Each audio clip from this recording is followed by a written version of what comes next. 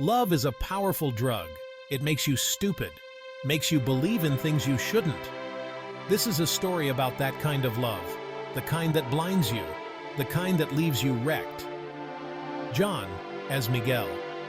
Meet Miguel, a good man, hard-working. From a small village in the Philippines, he came to Manila looking for a better life. He found it for a while in the arms of a woman. Her name was Isabel. She was beautiful, charismatic, everything he ever wanted. He fell hard, maybe too hard. Love does that. He never questioned anything, not really, not until it was too late. They started dating. Things moved fast. Isabel lived with her brother Ramon and his 2 kids, a small apartment, cramped. But Miguel didn't care. He was in love. He would have lived anywhere with her. John, as Miguel. Ramon was a quiet man, kept to himself mostly, worked odd jobs. I felt sorry for him, a good man struggling. I helped out when I could. Money was tight for everyone. Miguel started spending more and more time at the apartment, helping with the kids, cooking meals. It felt like a family. He thought it was perfect. He was a fool. Miguel eventually moved in. No big announcement, just sort of happened. They were a family now, at least that's what he told himself. He was committed. All in. John, as Miguel. Life wasn't easy. Money was always tight. Arguments were common, mostly about money. The stress was getting to everyone.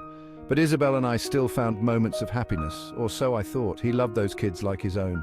He would do anything for them. For Isabel, for their future. He was determined to build a good life for them, no matter the cost.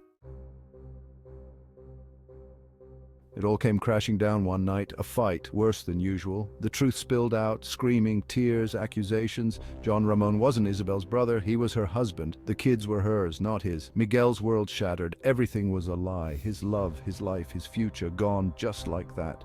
He felt sick, betrayed, used. He looked at Ramon, saw the shame in his eyes, the fear. He knew then they were both trapped, prisoners of their circumstances. Poverty had a way of doing that. The truth was ugly, desperate. They were all victims. Poverty had forced them into this charade. Carlos Ramon worked whatever jobs he could find. It wasn't enough. Isabel had to find a way to survive, to feed her children. She made a choice, a terrible choice. But what choice did she have? Poverty doesn't offer many options. Miguel saw the despair in her eyes, the desperation. He understood. He didn't condone it, but he understood. Poverty could make you do things you never thought possible.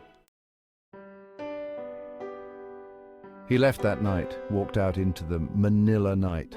The city felt different, colder, more menacing. The love he felt was gone, replaced by a dull ache in his chest. John, he never forgot Isabel or the kids. He couldn't. The memory of them haunted him, a constant reminder of his own naivete, of the devastating power of poverty. Love, lies, and poverty, a toxic cocktail, one that left him broken, scarred. He learned a hard lesson that night. Sometimes love isn't enough. Not when you're fighting a losing battle against poverty.